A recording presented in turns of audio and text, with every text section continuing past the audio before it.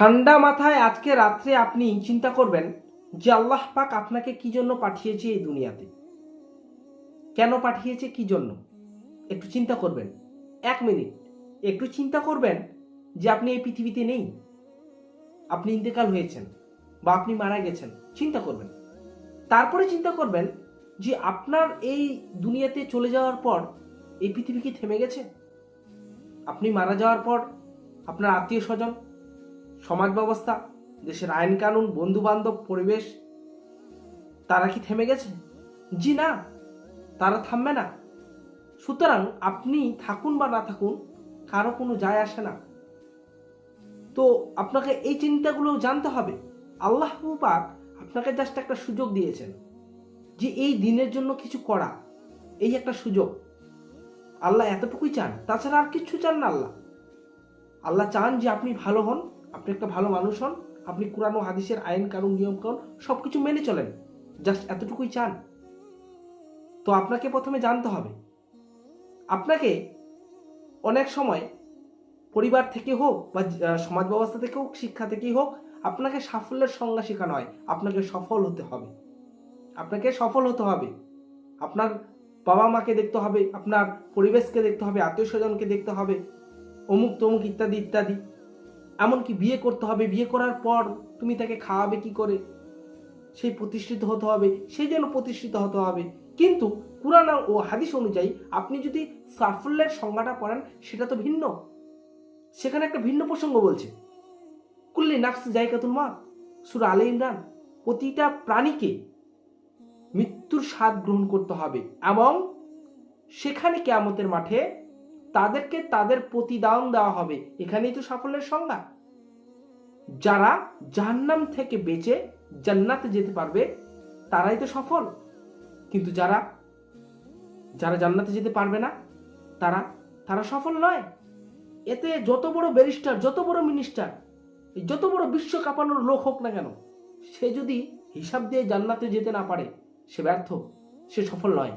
কিন্তু একটা রিক্সা চালক, একটা ভ্যান চালক, একটা ভিক্ষুক, একটা সাধারণ মধ্যবিত্ত লোক, একটা সাধারণ মধ্যবিত্ত ছেলে, সে যদি হিসাব দিয়ে জান্নাতে যেতে পারে, সেই সফল।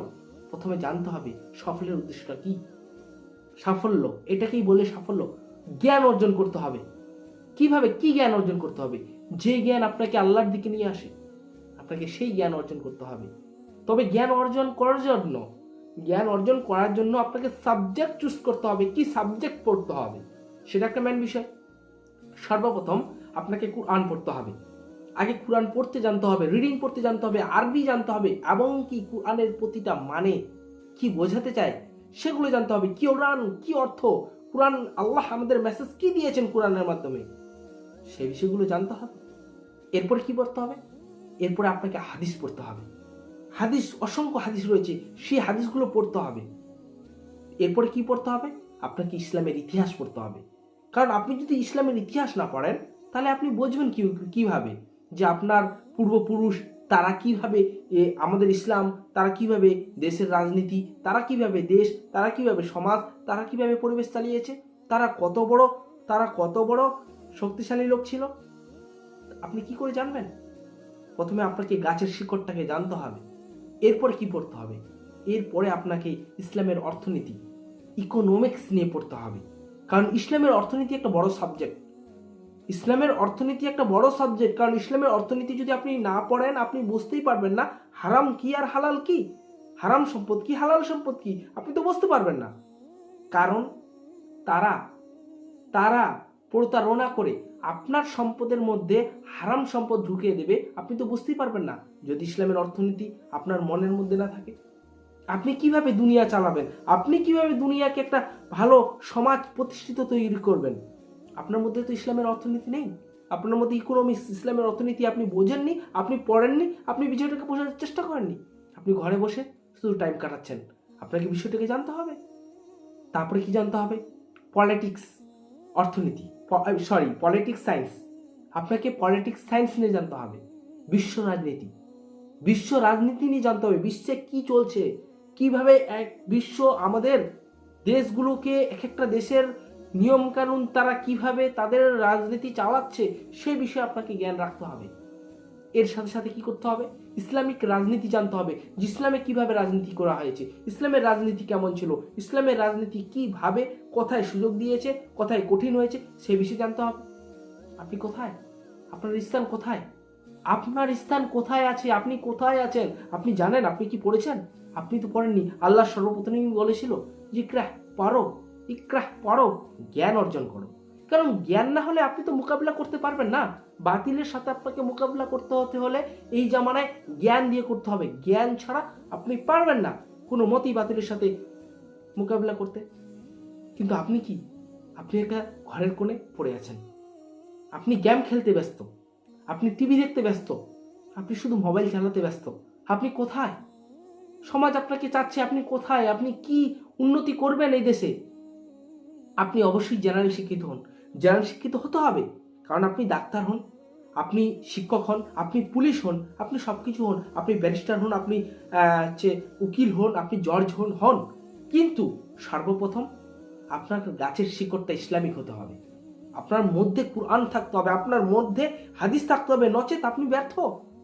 আপনার মধ্যে কুরআন, আপনার মধ্যে হাদিস যদি থাকে, তাহলে আপনি দেশের আইন কানুন, দেশের ব্যবস্থা সবকিছু সঠিক চালাবেন। আপনি যদি ডাক্তার হন, আপনি ভয় করবেন ঘুষ নিতে। আপনি যদি পুলিশ হন, আপনি ঘুষ নিতে ভয় করবেন। আপনি যদি কোনো কিছু ক্ষমতায় থাকেন, আপনি রাজনীতি থাকেন, আপনি ভুল ডিসিশন নিতে ভয় করবেন। কারণ কোনো জনগণ যাতে আপনার জন্য ক্ষয়ক্ষতি না হয়।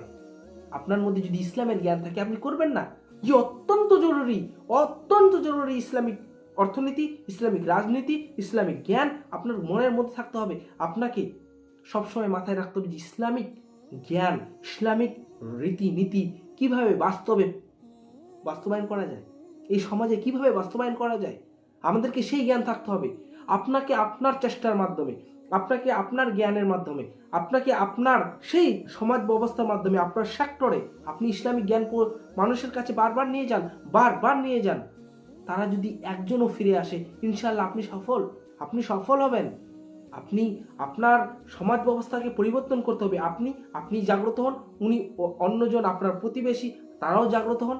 যখন আমার এই ভিডিওটা দেখছেন, যারা দেখছেন, সবাই যদি আমরা জাগ্রত হই, আমরা যদি সমাজ ব্যবস্থাটাকে ঠিক করতে পারি, আমরা যদি ঘুষ এই ব্যবস্থা, তারপরে আমরা রাজনীতি এই ব্যবস্থাগুলো যদি ঠিক করতে পারি, আমরা সবাই আজকে ভালো থাকবো। আমরা কেন আজকে এইভাবে? তার কারণটাই আমাদের মধ্যে জ্ঞান নেই। সর্বপ্রথম জ্ঞান নেই, আমরা কোনো মতেই জ্ঞান অর্জন করতে চাই না। আমরা শুধুমাত্র অন্যের জ্ঞানের ফোকাস, আমরা টিভি দেখতে, আমরা সিনেমা দেখতে, আমরা কোনো কিছু দেখতে, গেম খেলতে আমরা সময় পার করে ফেলেছি। আমাদের নিজের উদ্দেশ্য কি, আমাদের আসল উদ্দেশ্য কি, জীবনের উদ্দেশ্য কি জানি না। জীবনের উদ্দেশ্য কি আমরা এখনো জানতে পারিনি, আমরা জানি না। আমাদের জীবনের উদ্দেশ্য একটাই, সেটা হচ্ছে জান্নাত যাওয়া। তো জান্নাত যে কোনো মূল্যে যেতে হবে, যে কোনো মূল্যে। কুরআন ও হাদিস, জান্নাত কি করে যাওয়া যাবে? জান্নাত কিন্তু কোনো সময় কারোর সাথে গন্ডগোল করে যাওয়া যায় না। জান্নাত একমাত্র একভাবেই যাওয়া যায়, সেটা হচ্ছে কুরআন ও হাদিস যেইভাবে বলেছে, আল্লাহর আদেশ যেইভাবে বলেছে এবং নবীজি যেইভাবে চলেছে সেটাকে মেনে নিয়ে। আর কুরআন হাদিস কোনোদিন কোনো সময় মানবতার বিরুদ্ধে যায়নি, যাবেও না। সুতরাং আপনি কুরআন হাদিসটাকে যদি বুকে জড়িয়ে ধরতে পারেন, আপনি সফল, আপনি জান্নাত যাবেন। আপনার জন্য সুসংবাদ, আপনার জন্য দুধের সাগর, আপনার জন্য মধুর সাগর ওয়েলকাম, সেখানে অপেক্ষা করছে। আপনার জন্য অনেক কিছু অপেক্ষা করছে। আপনি কোথায়? আপনি কি করছেন? আপনার জীবনটা শুরু থেকে শেষ পর্যন্ত এখন আপনি যা করেছেন। আপনি এই মুহূর্তে যা করেছেন সব ছেড়ে দিন।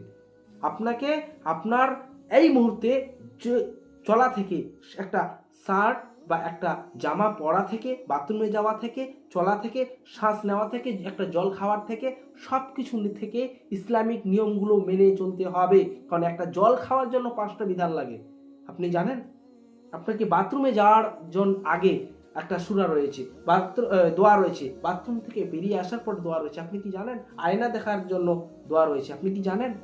আপনি কেন জানেন না? আপনি ইসলামিক রীতিনীতি জানেন না, ইসলামের নীতি জানেন না, আপনি ইসলাম পড়েননি, কোরআন পড়েননি, আপনি অযথা ঘুরে বেড়াচ্ছেন। এমনকি আপনি তো ঘুরেছেন আপনার ছেলে মেয়ে সবাইকে আপনি কুসংস্কারের দিকে নিয়ে গেছেন, সবাইকে আপনি শিরকের মধ্যে নিয়ে গেছেন, আপনার পরিবারের মধ্যে শিরক, আপনার সমাজের মধ্যে শিরক। কেন? কারণ আপনার মধ্যে জ্ঞান নেই। যারা দেখছেন আমাদের এই ভিডিওটা, আপনাদের কাছে বিশেষ করে উদ্দেশ্যে বলছি যে আপনারা ঠিক হন, সচেতন হন, আর যতটুকু জানবেন মানুষের কাছে পৌঁছাবেন, কারণ এটা দায়িত্ব, এটা আপনার দায়িত্ব, আপনাকে করতে হবে, আপনাকে করতেই হবে। আল্লাহ বলেছেন তুমি যদি একটা ওয়ার্ড জানো, বিসমিল্লাহ জানো, তো বিসমিল্লাহ মানুষের কাছে পৌঁছাও, আপনি পৌঁছাতে বাধ্যতামূলক। সুতরাং আমরা আমাদের এই ভিডিও শেষ করব, তবে ভিডিও শেষ করার আগে একটাই কথা বলবো, আপনাকে জ্ঞান অর্জন করতে হবে, যেটা আল্লাহ বারবারই বলেছেন, ইকরাহ পড়ো। আসসালামু আলাইকুম আ রহমতুল্লাহি আ বারাকাতুহু।